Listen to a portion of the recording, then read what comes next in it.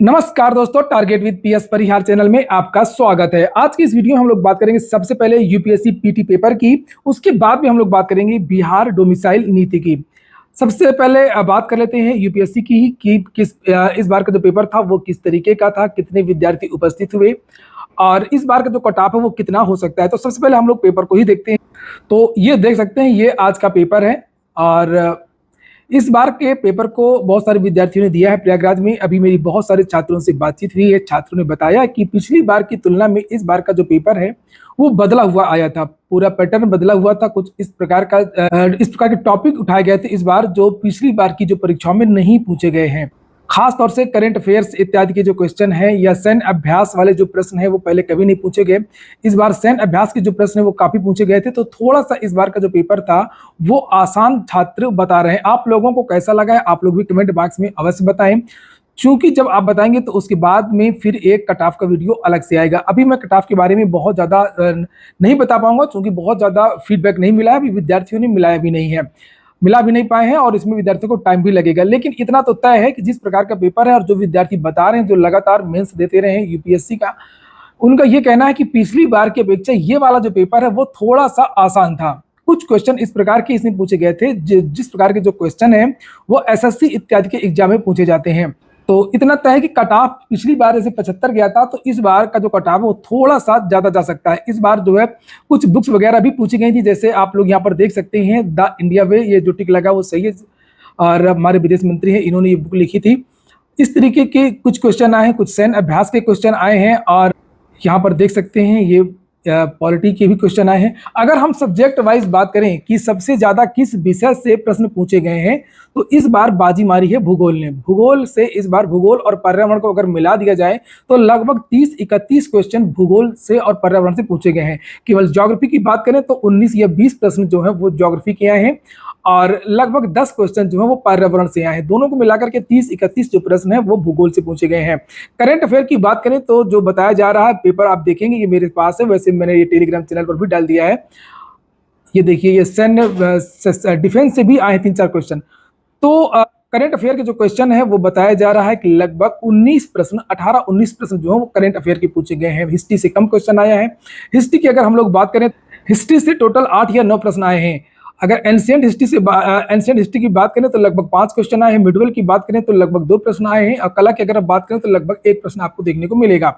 और विद्यार्थी क्यों बता रहे हैं ये पेपर आसान है, ये आप लोग यहाँ पर देख सकते हैं। विश्व में किन्हीं 2 देशों के मध्य सबसे लंबी सीमा किसके बीच में है? कनाडा संयुक्त राज्य अमेरिका के बीच में है कि चिली अर्जेंटीना के बीच में है? और इसी तरीके का एक क्वेश्चन जो अक्सर छोटी भर्ती में पूछा जाता है, राजेंद्र प्रसाद के कार्यभार संभालने से पहले संविधान सभा के अस्थायी सभापति कौन थे?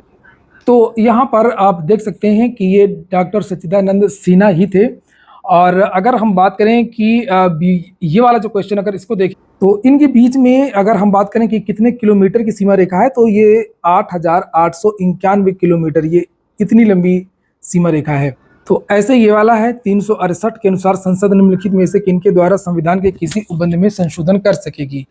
मतलब इन तीनों में से क्या कर सकती है? तो इन तीनों में से ये तीनों चीजें कर सकती है कि निर्धारित प्रक्रिया के अनुसार जोड़ सकती है, बदलाव कर सकती है या निरस्त भी कर सकती है।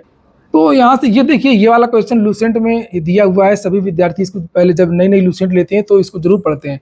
भारतीय सशस्त्र सेना की तीनों सेवाओं में समकक्ष रैंक के संदर्भ में सही सुमेलित है। तो ये थल सेना में क्रम है, ये वायुसेना का है और ये नौसेना का है। तो इस प्रकार का जो क्वेश्चन है वो यूपीएससी में तो कभी नहीं पूछा गया है और बाकी एग्जामों में तो अक्सर आता रहता है। रेलवे, एसएससी वगैरह में ये अक्सर पूछा जाता है।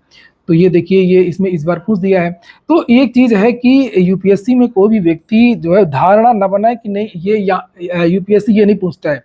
यूपीएससी कुछ भी पूछ सकता है। एक चीज तो ये तय है, यूपीएससी कहीं से भी पूछ सकता है। जो भी सिलेबस है, सिलेबस में भी जैसे एक सिलेबस यूपीएससी देता है या यूपीएससी देता है, तो सबका अपना एक दायरा होता है। उस सिलेबस में भी कुछ खास चीजें होती हैं जहां से अक्सर जो क्वेश्चन है वो ज्यादा आते हैं और कुछ क्वेश्चन को वो स्किप कर देता है। यूपीएससी का अपना एक अलग पहले रहा इस तरीके का पैटर्न, लेकिन पिछले कुछ दिनों से ये बदलाव देखने को मिला है। तो यहाँ पर धारणा जो बनाई गई थी वो धारणा गलत साबित हुई है। बहुत सारा जो बदलाव आप लोगों को इस बार देखने को मिल रहा है। तो सभी छात्र जो है, जो भी हैं किसी भी भर्ती के, वो एक बार इस पेपर को जरूर देखें। खासतौर से यूपीएससी के छात्र और यूपीएससी के छात्र जो नए एस्पायरेंट हैं, जो 2025 वाले हैं, वो इस पेपर को जरूर देखें। इस बार पॉलिटी से भी काफ़ी क्वेश्चन आए हैं, लगभग 18-19 क्वेश्चन पॉलिटी से आए हैं, दबा करके पूछा गया है। पॉलिटी से भी अच्छे क्वेश्चन आए हैं, ज्योग्राफी से भी अच्छे खासे क्वेश्चन आए हैं। करंट से मैं बता ही चुका हूँ कि लगभग 19 क्वेश्चन जो है वो करंट अफेयर से इस बार पूछे गए हैं। कट ऑफ के बारे में अभी नहीं, मैंने बताया आप लोगों से, कट ऑफ मैं आप लोगों को 1 या 2 दिन बाद कट ऑफ का वीडियो बनाऊंगा। बस ये है कि हाँ, कट ऑफ पिछली बार से थोड़ा सा ऊपर जाएगा। और जब इस तरीके का पेपर आता है तो बड़ा खतरा होता है, बहुत ज़्यादा खतरा होता है। कुछ नए लोग अंदर आ जाते हैं, कुछ अच्छे लोग जो लगातार देते रहते हैं वो बाहर हो जाते हैं। तो इस बार का जो उलटफेर है वो निश्चित तौर पर आपको देखने को मिलेगा। आप लोग देखिएगा जब प्री का रिजल्ट आएगा, कुछ ऐसे लोग आ जाएंगे जिनके बारे में आपने सोचा नहीं होगा, और कुछ ऐसे लोग इस बार बाहर होंगे प्री में या मेंस के लिए क्वालिफाई नहीं कर पाएंगे, जिनके बारे में आपने सोचा भी नहीं होगा। साइंस की अगर हम लोग बात करें तो साइंस से लगभग 9 प्रश्न पूछे गए हैं। और अर्थशास्त्र की अगर हम लोग बात करें तो अर्थशास्त्र से लगभग 16 प्रश्न आए हैं। याद रखिएगा, इकोनॉमिक्स से लगभग 16 प्रश्न आए हैं। तो इस बार भी जिसने विस्तृत तरीके से पढ़ा है उसके लिए ये पेपर आसान है, ठीक है। लेकिन जिसने एक धारणा बना करके पढ़ाई करी है उन विद्यार्थियों को जरूर झटका लग सकता है।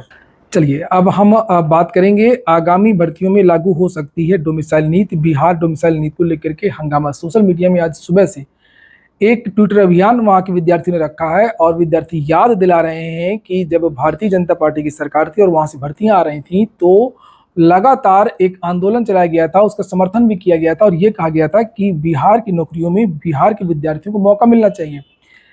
और इसको लेकर के यहाँ पर बिहार सरकार ट्रेंड भी कर रहा है, और एक और हैशटैग रैंक कर रहा है, अप्लाई डोमिसाइल इन TRE 3। क्योंकि आपको पता होगा कि बिहार से भर्तियों के विज्ञापन आने वाले हैं।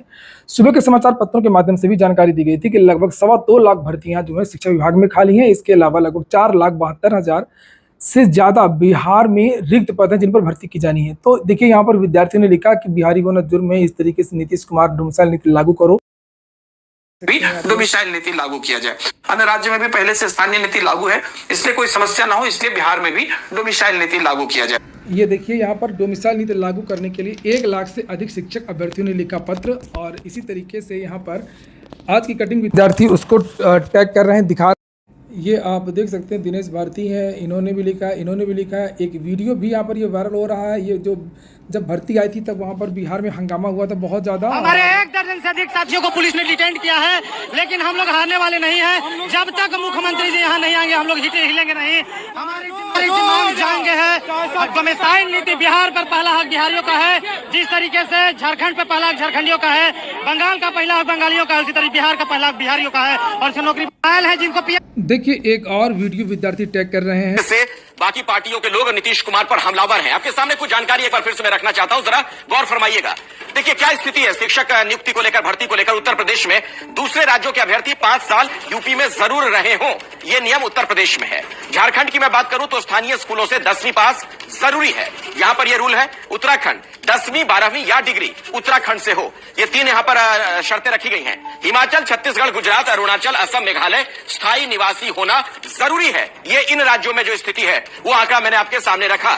इसके पहले भी बिहार में हंगामा हो चुका है डोमिसाइल नीति को लेकर के, और फिर से ये जब ये सुगबुगाहट शुरू हुई है नई भर्ती को लेकर के, तो ये फिर से सोशल मीडिया में इस समय हंगामा जारी है और यहाँ पर लोग मांग कर रहे हैं। वैसे बहुत सारे राज्यों में ये लागू है, भारत के लगभग 80% राज्यों ने इसको अप्रत्यक्ष रूप से लागू कर रखा है। हालांकि सुप्रीम कोर्ट इसको समय समय पर मना करता है। भारत में एकल नागरिकता किसी भी व्यक्ति को देश के किसी भी स्थान पर कहीं पर भी रहने के लिए, व्यापार करने के लिए, रोजगार के लिए अधिकार दिया है, लेकिन ऐसा होता नहीं है। और ये देख सकते हैं आप लोग, डोमिसाइल नीति के लिए जब बीजेपी विपक्ष में थी तब सबसे बड़ा मुद्दा बीजेपी ने ही बिहार में ये रखा था, और ये वहाँ के उप मुख्यमंत्री हैं बीजेपी के, जब ये विपक्ष में थे तब इन्होंने वहाँ पर एक आंदोलन किया था।